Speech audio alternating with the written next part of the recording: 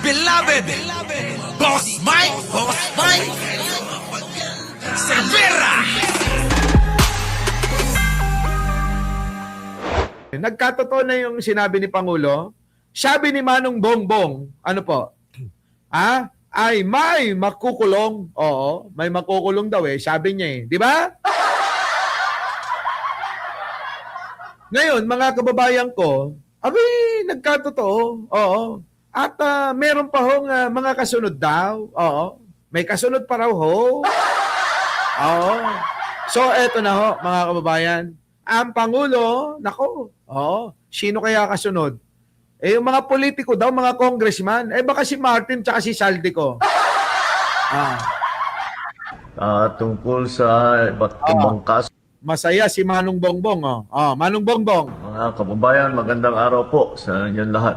Meron lang po akong update tungkol sa iba't ibang kaso tungkol sa flood control na mga problema sa mga iba't ibang kontrata. Ipapabot ko po sa inyo na ang 96.5 million na Ghost Flood Project sa Davao Occidental, naglabas na ng warrant of arrest ang korte laban sa 10 pangunahing sangkot dito sa anomalyang ito. Teka muna. Ang pinag-uusapan dito, Davao, Oriental ba? Occidental? Basta sa Davao. Sa Davao region, mga kababayan, mga kababayan, isa pa lang ho ito, Isa pa lang po ito, sangkot sa 96 something, kulang-kulang 100 milyon na proyekto na ginawang ghost netong grupo nila Diskaya. Mga kababayan ko, isang proyekto pa lang, eto na mga kababayan, nakasuhan na sila. Libo po Daan, daan pala, libo yung mga, libo ba? Daan, hindi ako sigurado, pero marami. Ito pong mga ghost project na mga pinagkakana netong grupo ni Diskaya. Putik na yan, ito na ang Pangulo. Ang mga akusado ay nahaharap sa kasong graft at malversation. Nako. Ito pong mga kasong ito, hindi po bailable ito. Yon, hindi bailable. So ikay makukulong. Makukulong ka habang nililitis ka. 'Di ba? Ganun yung Clarita. Mga kababayan ko, nakakulong ka habang nililitis ka. Ibig sabihin, ikay hindi, ikay hindi makakalaya, wala kang kalayaan. Hindi magiging merry ang Pasko mo. Ito nga yun mga kababayan ko Kahit anong dami ng pera mo. Kung ganito naman ang sitwasyon mo, mga kababayan ko, tinitignan ka ng mga kakilala mo, ng mga nakakakilala sa iyo, na ikaw ay magnanakaw na tao, kurapkot, ganyan, Alam nyo mga kababayan ko, kung kayo ay may mga anak na nabobole sa eskwelahan, alam nyo yung pakiramdam na to. Oo, sama sa pakiramdam ng yung anak mo yung magsusumbong sa iyo. Daddy, Mami, sabi ng classmate ko, magnanakaw ka raw. Diba? Alam naman natin mga kababayan na ang pagnanakaw ay isa sa sa kabilin-bilinan, sa 10 utos ng Diyos na wag nating gagawin ang magnakaw.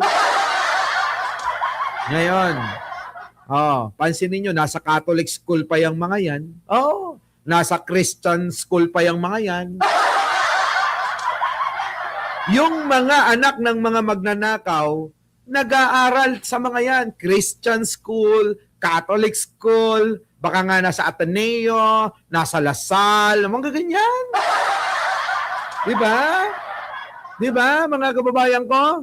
So kayo mga kababayan ko, masakit bilang isang magulang na magsusumbong sa iyo yung anak mo na sasabihin, Daddy, sabi ng classmate ko, magnanakaw ka raw. Lagi po akong inaasar, Daddy. Diba? Oo. Dapat siguro ganapan ito ni Anjo Eliana kasi Ganun yun, puro sinto-sinto yung ano nun eh. Yung mga pelikula. Oo, sinto-sinto eh. Yung mga ginaganapan ni Anjo Eliana, Daddy, Daddy, Mami, sabi ng classmate ko, marami daw tayong pera kasi nagnakaw kayo. Diba? So ano yon, mga kababayan ko? Yari na, mga kababayan. Oo, wala nang katahimikan. Baka kulang na lang yan, pa-tutor nyo na lang sa loob ng bahay nyo. Ha? Sa dami ng pera nyo, anak, sige, ako nang bala, magpa-tutor ka na. Huwag ka nang pumasok, dito ka na lang sa bahay. Mga kababayan ko, sa palagay ho ninyo, masayang buhay yon? Yung nasa bahay lang yung anak ninyo? Yung hindi masusubukan yung makipaglaro sa maraming mga kaklase? Yung hindi masusubukan yung mga nasubukan natin na masaya? Kasi minsan, mga kababayan, sa eskwelahan, nakakasingit pa tayo ng bahay-bahayan.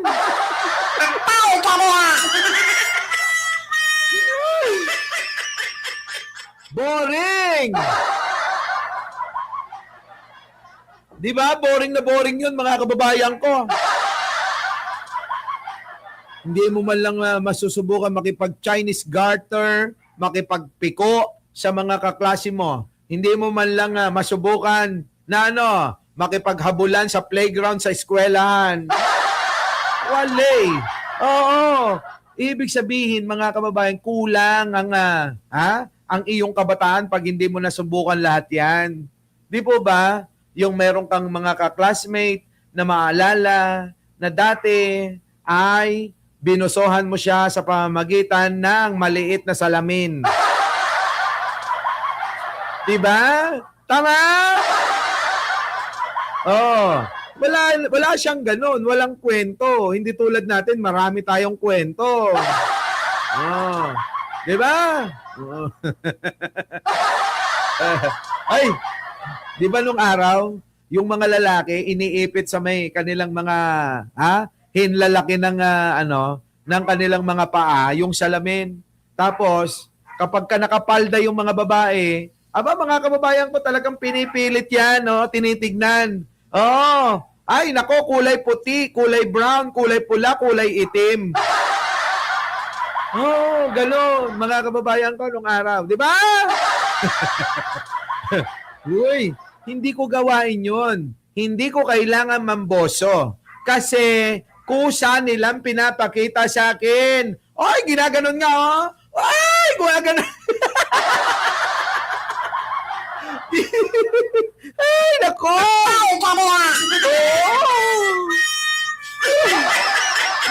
Yung mga classmate ko talagang tinataas yung mga damit. Putik na. Baka akala nyo, hindi ko kailangan mamboso. Talagang pinapakita, Mike, tignan mo. Putik na yan. Sabi ko, wag.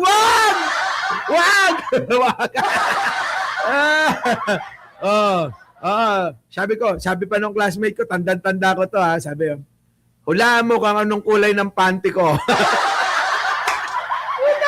Wala kababayan ko, yung mga classmate ko nung araw. Ay, sabi nga hulaan mo kung anong kulay ng panty ko.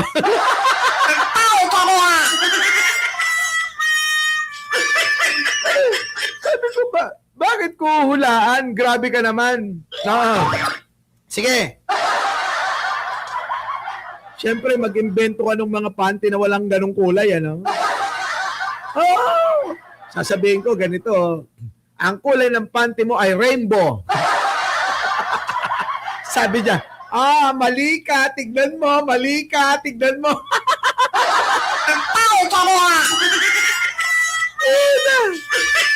Grabe. Ayun, di ba? Yun po yung wala. Wala yung wala yung mga anak ng mga ganito, yung mga nabobuli sa eskwelahan. Pinapaliwanag ko na wala silang magiging kwento sa kanilang mga kabataan. Di ba? Walang kwento. Ito na, ito na. Hindi pwedeng bayaran ang kanilang para sila makalabas sa kulungan. Nahaharap sa kasong graft at malversation. Nako. Ito pong mga kasong ito, hindi po bailable ito. Hindi Nako. pwedeng bayaran ang kanilang para sila makalabas sa kulungan. Kabilang na po rito si Sara Diskaya Nako. na sa kasalukuyan ay nasa kustodiya ng NBI. So Nako. dito may walang opisyal pa ng DPWH ang nagpahayag na kagustuhan nilang sumuko. Nako. Ito po ay patuloy namin. Meron pa raw hong mga taga DPWH. Ano po? Di ba? May, ano daw mga kababayan ko, taga DPWH. Baka nabawasan na. Kasi yung isa nagpakamatay na. Kasi sobrang takot na yun eh. Takot na. Yung kahihiyan, lahat, mga kababayan ko. Oo! Eto na. Ang gagawin at simula lang po ito at patuloy namin ito imbestigahan at kakasuhan lahat po ng may kinalaman sa mga Nakirinig ninyo? Ito po ay umpisa pa lang. Kami po ay sabi ni Pangulo, lahat po ng may kinalaman sa mga flood control scam, ay kanyang pananagutin. Nako, ayan na. Si Martin! Manong, ibig bang sabihin niya si Martin pananagutin mo rin? Nako po, eto na mga kababayan ko. ng may kinalaman sa mga iskandalo na nakikita natin sa mga flood control project. Ayan, lahat daw po ulit. Ulit Manong. Sa mga iskandalo na nakikita natin sa mga flood control project. At titiyakin po natin na hindi lamang sila ay makakasuhan. Titiyakin na hindi lamang sila'y makakasuhan. Kita nyo? Hindi maibalik ang pera ng ating mga binayad ng ating mga kababayan ay ibalik sa kaba ng ating bansa. Yan, At kita nyo? maraming Maraming salamat daw. So, ibabalik pa pati mga pera. Kita nyo mga kababayan ko Kaya siguro si Cabral, kaya nagpakamatay. Kasi, ibabalik mo yung pera. Puro kahihiyang ka. Wala nang katahimikan buong pamilya. Ito mas tindi. Ito matindi, Jay, Wala nang kahihiyan. Yung buong pamilya mo damay. Anak, asawa, nanay, tatay, kamag-anak, lahat. Lahat yan. Lahat ng kadikit mo sa pamilya mo, damay, Di ba, sabi rito, alam mo, parehas tayo, Leonora Brown, Believe siguro, ang taong bayan pag si Escudero, Martin Co, Jinggoy, Martin Romualdez, at si Saldico, si Rebilla, at si Martin Romualdez uli, sabi rito, at si Amy Marcos, at mga Bilyar, at si Martin Romualdez uli, daming pangalan ng Martin dito, ang makukulong, yan lang sila baka extend pa siya sa presidency. Grabe, no? Mga kababayan ko. Bina, ang dami.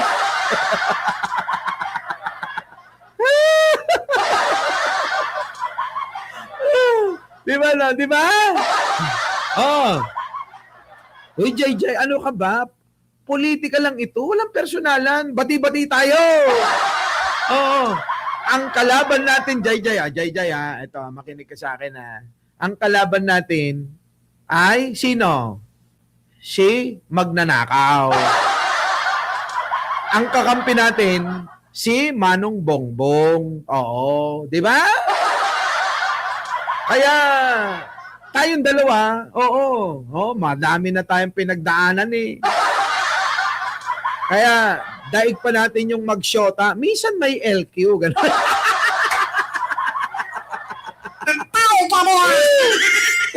Kayo naman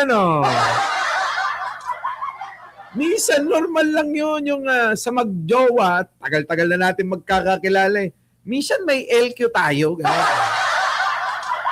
Minsan ba may pagkakaiba ng pananaw? Okay lang yun. Oo. Hayaan lang natin ang isa't isa't. Darating din naman ng mga pagkakataon na talagang lalabas yung katotohanan. Di ba? At kapag lumabas ang katotohanan, sasabihin nyo sa akin na, sabi ko sa iyo, Boss Mike kaso, mas madalas yung sinasabi ko na, sabi ko sa inyo Di ba? Kaya, enjoy lang natin, mga kababayan, enjoy lang natin yung ating araw-araw na pagsasalo dito sa live stream. Kaya to si Jojo Chavez, masaya lang Di ba? Oh. Ito na, lover spot. Oh! Gano'n, Oh, ito na. Oh, mga kababayan ko. Ito na nga ho, balita. Habang nabalita, naglabas na ng arrest warrant laban sa kontratistang si Sara Diskaya at siyam na iba pa. Nako. Ayon sa anunsyo ni Pangulong Bongbong Nako. Marcos, kaugnayan ng 96.5 million peso Ghost Grabe. Flood Control Project sa Davao Occidental. Oh! Sa Davao Occidental pala yun. Yung po yung Ghost Project na flood control project sana na nawala. Hindi ho makita. Kaya ang nangyari, mga kababayan ko, ayun na. Oo. Naglabas na ho ng warrant of arrest. Laban nga po rito sa grupo ni Diskaya at marami pa hong iba. Dito sa mag-asawang Diskaya at sa siyam na iba pa. At sabi nga ni Manong Bongbong, nagpahayag na yung pong mga DPWH. Baka nga kasama, baka nga kasama saan, mga kababayan ko? Etong si Cabral, hindi niya nakinaya, kaya yun, nagtegi bambam na. Diba? Nung nahuli na ho si kahapon, si Diskaya, nakapag-isip-isip na, ay nako, kasunod na ako nito. Oo. Kaya ayun, nag-ala Darna. Darna! Oh, ganun, no? Tapos biglang tumalon sa bangin, ayun, nalasog-lasog na. Ano pa yan, Manong? Naglabas na ng warrant of arrest ang korte laban sa 10 pangunahing sangkot dito sa anomalyang ito. Ang mga akusado ay nahaharap sa kasong graft at malversation. Ito pong mga kasong ito, hindi po bailable ito. Kasi kayo to sa Annabelle. Ilang resibo na ba yung pinakita ko rito? May resibo na ako Di ba may resibo na nga ako kay Martin na may kaso talaga? Di kapag hindi nakulong si Martin, di congratulations. Paano pag nakulong? Paano pag nakulong nga? Diba? Paano pag nakulong? Ang tanong ko, paano nga pag nakulong? Kasi kapag hindi nakulong, sasabihin ko sa inyo, congratulations! Ngayon, ang tanong ko naman, paano naman kapag ka nakulong? Ano naman ang sasabihin nyo? Sige nga!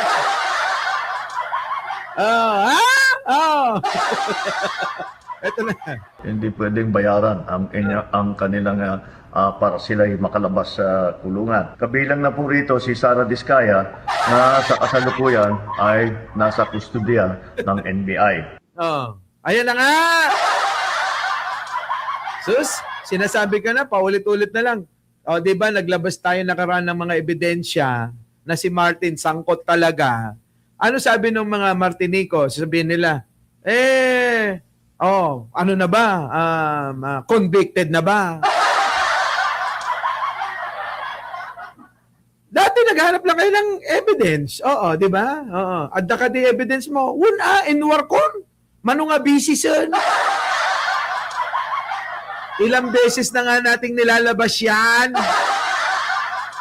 Yung mga evidence, nagsasawa na nga ako, paulit-ulit Di ba? beloved Boss